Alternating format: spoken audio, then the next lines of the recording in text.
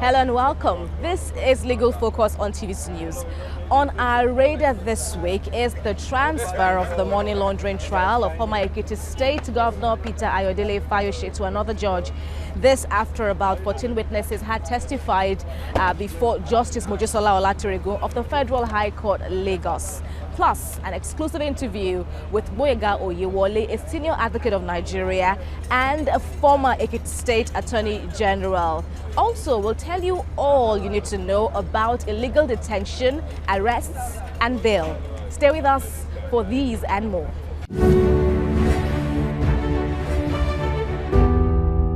The rearrangement of former governor of Ekiti State, Ayodele Fayose, failed to hold last week. The case, now before Justice Chukwujeku Aneke of the Federal High Court, Lagos, had earlier been transferred from Justice Mojisola Olatunregun's courtroom. The prosecution informed the court that Mr. Fayose was still being investigated and that lead counsel Rotimi Jacobs hadn't been directed on the next move, which explained his absence in court. Both the judge and counsel to the defendants are not happy with this development. We cannot stop the EFCC from carrying out any investigation against anybody. And His Excellency Mr. Ayodele Fayose certainly is not and cannot be an exception. But the existence of any ongoing investigation ought not to be a reason for the adjournment of the arraignment of Mr. Ayodele Fayose and the second defendant. The former governor was arraigned by the EFCC along with his company Spotless Investment Limited before Justice Olatunregun on October the 22nd, 2018 on an 11-count charge. He pleaded not guilty and was granted bail in the sum of 50 million naira with one surety in like sum. The FCC opened the case for prosecution in November and had called 13 out of the 15 witnesses listed, including former Minister of State for Defense Musiliu Obanikoro. But in March 2019, lead prosecutor Rotimi Jacobs had been scolded by Justice Olatunregun for re-evaluating her ruling. The next day, EFCC acting chairman Ibrahim Magu wrote to the chief judge, Justice Adamu Abdulkafarati, asking for the case to be reassigned. The EFCC had accused the judge of bias, having hailed from the same state as the former governor. Despite the petition, Mr. Fayose's trial continued in May with more witnesses testifying. But in the chief judge's letter to Justice Olatunregun dated May the 23rd, he said it was apparent the EFCC has lost confidence in the manner she was handling the trial of the accused, ordering that the case file be transferred to Justice Aneke. But lawyers say this transfer negates the provision of Section 98 of the 2015 Administration of Criminal Justice Act, which regulates criminal trials. The law gives the chief judge power to transfer any case from one court to the other, but Section 2 says that power shall not be exercised where the prosecution has called some witnesses. What the Honorable Chief Judge did in transferring a criminal case where 13 witnesses have been called is a deliberate, blatant, and illegal breach of the law. The chief judge chose not to be bound by the law. It appears the prosecution has no choice but to abide by the wishes of the anti-graft agency, though it will have to call its witnesses all over again. It is oppressive and prejudicial to the interest of the defendant. Since witnesses will always tell their stories afresh, they may add to what they have said before. They may correct errors that might have been made. Even the counsel is in a position with the benefit of insight to put right certain things which he probably didn't do well in the first trial. But nevertheless, the defense is also not handicapped because the defense has certified true copies of the proceedings. You can always confront him. The defense was ready to object to the transfer, but eventually withdrew its application upon realizing that Justice Olatoregun would be retiring in November, having clocked the mandatory retirement age of 65. This after the Federal High Court resumes from a long annual vacation. The proceedings have now been adjourned to July the 2nd.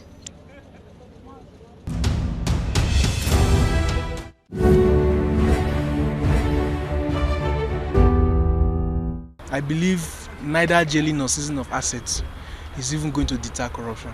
Death penalty should be given to corruption, as it is in China and some other Far East countries. See the society we are in today, because people are seeing that these corrupt elements, they're not being dealt with accordingly.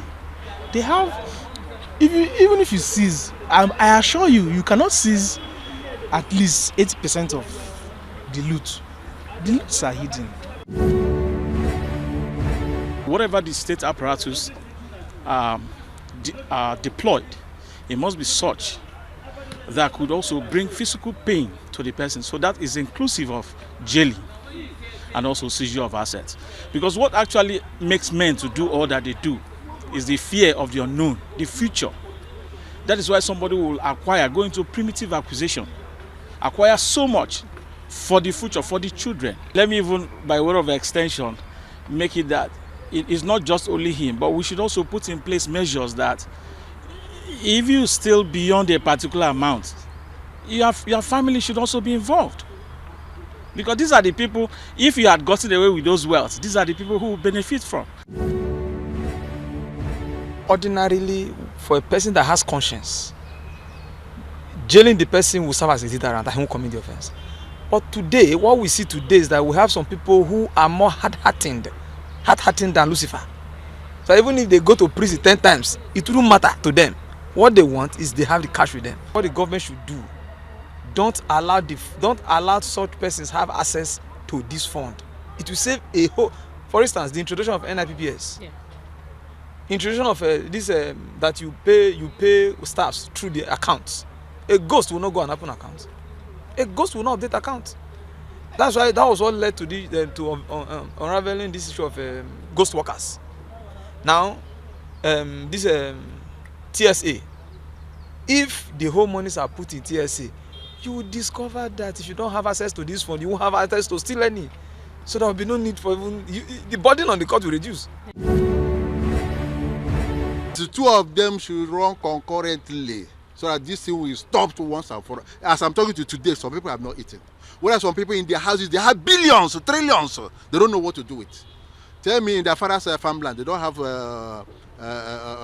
trees, harvesting money. Where they are harvesting money, it's from the state purse. Before, individuals borrow money from the government. But today, individuals are even richer than Nigeria. Where did they get the money? That's the issue. Where they cannot go to it cannot happen in other countries. Today, Nigerians are taking away money in trillions to other countries. And our government go back, borrow the money on loan, come back, they come back in their kind of government, share the money again, loot it, and they bank it again in their addition, and we go back there again to borrow. And at the same time, the indebtedness is increasing in other countries, whereas individuals' richness is also increasing at the expense of the poor.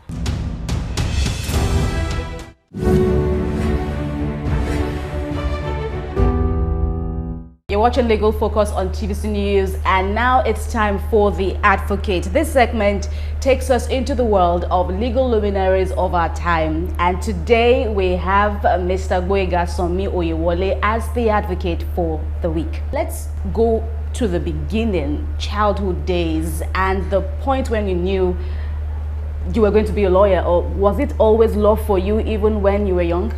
Well, I was born into the home of very strong educationists. My dad was a school principal while I was a student. But my dad read physics maths in the university, and naturally he wanted me to toe his line by going to the sciences. Well, unfortunately or fortunately, I decided very early in life, when I was even in the primary school, that I always wanted to be a lawyer. And I've made it my focus. It's actually a dream I've had since I was in my early days at the primary school. So I didn't just stumble into it. Right, but were there influences to feed your young mind then? Yes, there were the big names that we learned about while we were at school.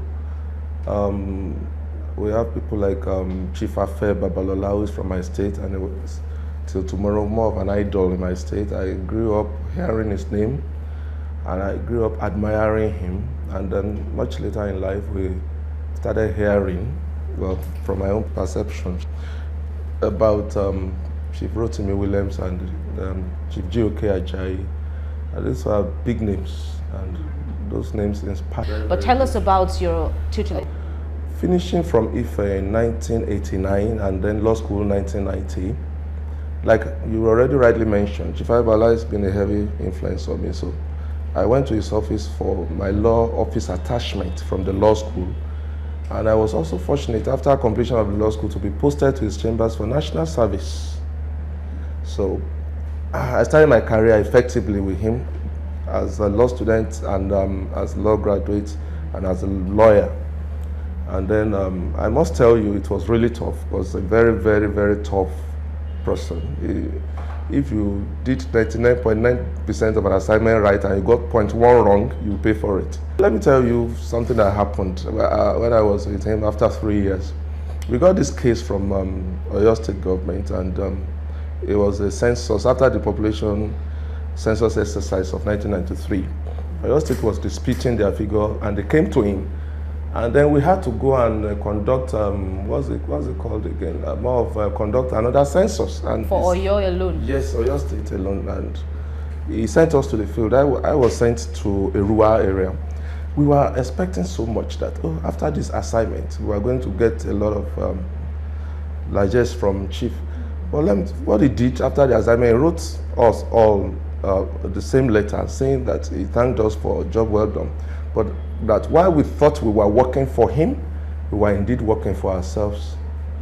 And that has been the story of how he brought a lot of us, his boys up. In the midst of all these years that you have practiced as a lawyer, let's look at the highs and the lows. Like that big case that everybody seemed to know, or everybody concluded that there is no going back for Gwega Oyewole. Well, immediately after I left Chief Aibala, I had a litmus test of a case. That was Bola Ige murder trial. I was counsel to the first defendant, or accused person. That's what they called them in those days. That was Alani Omishore. That was a case that really, really tested everything about me, because a lot of senior advocates then rejected the matter. I mean, understandably so. The Attorney General of the Federation had just been murdered, and there was a set mind as to who perpetrated it and the entire story. So when I decided to stand for the first accused person, who then, Alani Omishore, who then was alleged to be the person seen to have gone into the premises, my mother came to Lagos from Ekiti and she was crying. A lot of my friends protested, so many protests.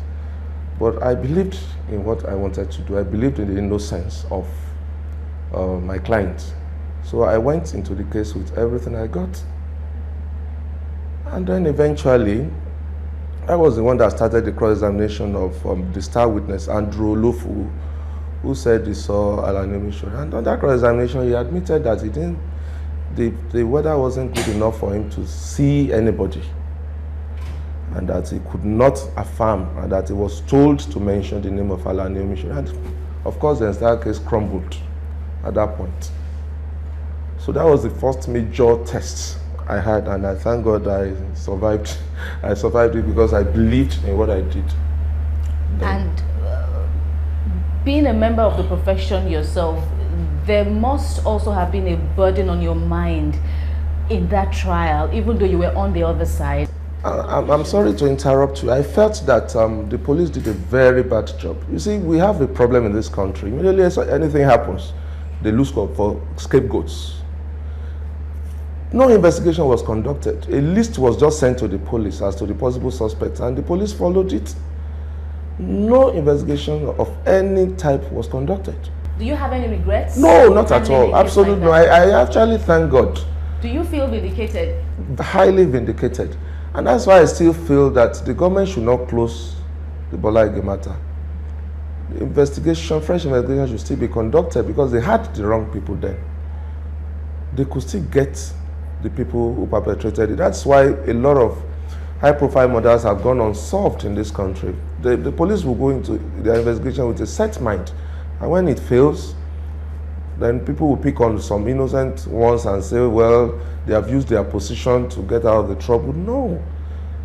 The police should work harder and ensure they are more technical and more focused in investigating murders, be it high profile, be it low profile. It shouldn't be a product of fixed mind, so a position already taken. Absolutely. And then you became a senior advocate of Nigeria. But let's also talk about that now. How did you attain the prestigious title, and how has it been since then? Well, before I became a senior advocate, in 2006, I became the Attorney General of Ekiti State. Then the governor and his deputy were impeached, and then the whole state was going into chaos, and the president had to step in, arguably. Some would say he didn't have such powers, some would say he had the powers. He declared a state of emergency and appointed General Lurin as the administrator.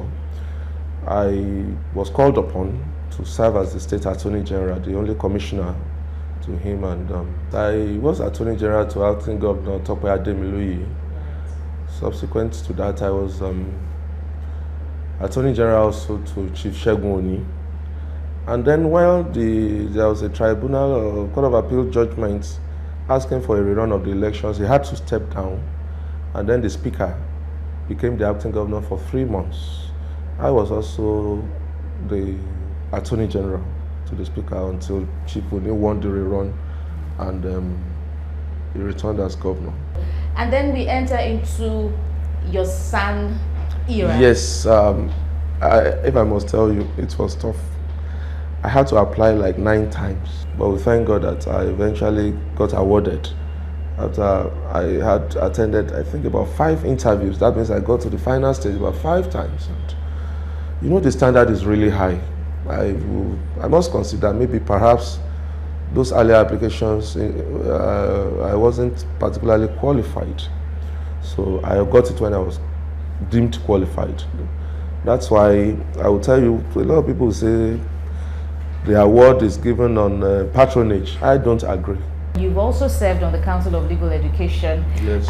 So how would you sum up the legal profession and your take on young lawyers and the level of education, legal education in the country? Well, starting from the level of legal education, I want to believe that the level still remains very credible.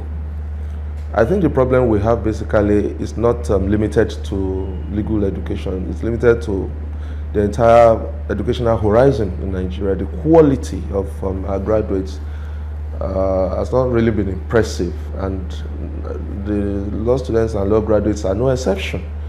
But I think the law school is doing a lot to ensure that the lawyers are well trained, and only well trained ones are made to qualify as lawyers. I still believe a lot would have to be done. There are so many universities, even universities of technologies, offering law courses. I don't think it's right. I want to believe that the proliferation of law courses in our universities is too heavy. That's why, somebody told me that we now have about 110,000 lawyers in the country. The economy is not expanding fast enough to accommodate all the lawyers. That's the reason that you find a lot of lawyers now veering into other businesses, young lawyers, setting up boutiques, setting up other kinds of businesses. But I believe that if the economy over time would grow, all the lawyers will be accommodated. And as seniors, I want to say that we should encourage our younger ones very well, good pay, good working conditions, such that they are also inspired to remain in this profession and then make something of it for themselves.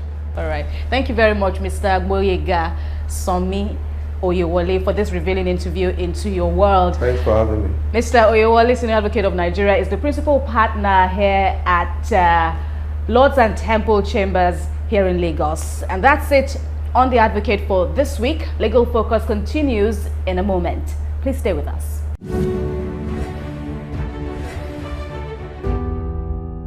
Welcome to You and the Law segment of Legal Focus. This week, we will be looking at illegal arrest, detention, and bail under the criminal justice system in Nigeria. When a person is alleged to have committed an offense, punishable by either an act of the National Assembly or a law enacted by the State House of Assembly, that person is subject to arrest, either in the course of commission of the offense or upon reasonable suspicion that that person has committed a criminal offense. By this I mean an act or omission that is prescribed in a written law to be an offense. By Section 3 of the Administration of Criminal Justice Act of 2015, arrest generally can be effected either by the member of the Nigerian Police Force or a member of the public, either with or without warrants, depending on the circumstance of the case. Where, for example, a person is found while committing the offense, that person can be arrested without recourse to a warrant. But there are circumstances under the law where warrant is required. An arrest becomes illegal or otherwise unlawful where, for example, someone is arrested in respect of a civil matter. For example, a dispute between husband and wife, or a mere quarrel between neighbors, or over indebtedness, as we commonly see in the society today.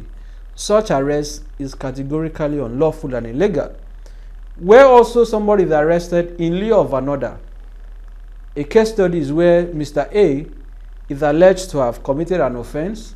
The police, on visiting the crime scene, and the suspect or suspects is not found or are not found, and the police now resort to arresting a relation, a friend, or another person in lieu of the suspect that is sought after. That is what we call arrest in lieu, which is clearly unlawful and has been criminalized under Section 7 of the Administration of Criminal Justice Act of 2015, which outlaws that kind of arrest. Therefore, only a person who is alleged to have committed an offense can be arrested. Upon being arrested, the law requires that the person should be taken into custody immediately. And under Section 30 and subsection Section 30, Section 31, and of course Section 158 of the Administration of Criminal Justice Act of 2015, every person who is arrested in respect of a crime is entitled to bail. It is a conditional right. It is also a statutory right that is recognizable under the law. That right is also clearly enshrined in Section 35 of the Constitution, which guarantees the right to personal liberty, in essence that a suspect shouldn't be detained, shouldn't be kept in custody, shouldn't be confined beyond 24 hours. The law allows and of course requires the police to release on bail on recognizance, either on the person served recognizance or by production of sureties on terms to now take a suspect on bail. Of course, bail is free, like the police will see. Whether that is correct in practice or not is a different thing entirely. But the point should be made that bail under the law is free. The police does not have a duty. They don't have the right to collect money from any Nigerian before admitting people to bail. So every person who is going to the police station to admit somebody to bail has the right to insist that no payment should be made for. And in the course of detaining somebody upon arrest, what we usually see is where the police obtain statements from suspects. Therefore, where that happens upon someone being arrested, the current position of the law under section 17 of the ACJ 2015 is that that statement must be obtained in the presence of the legal practitioner of the suspect's choice, of the person's choice. Otherwise, the statement must be recorded in video. Where none of these requirements is met, it raises a question of admissibility in the event that in court, the prosecution seeks to tender that statement in evidence. With that, we have come to the end of this week's segment of You and the Law. Join us same time next week. I am Inibere FL.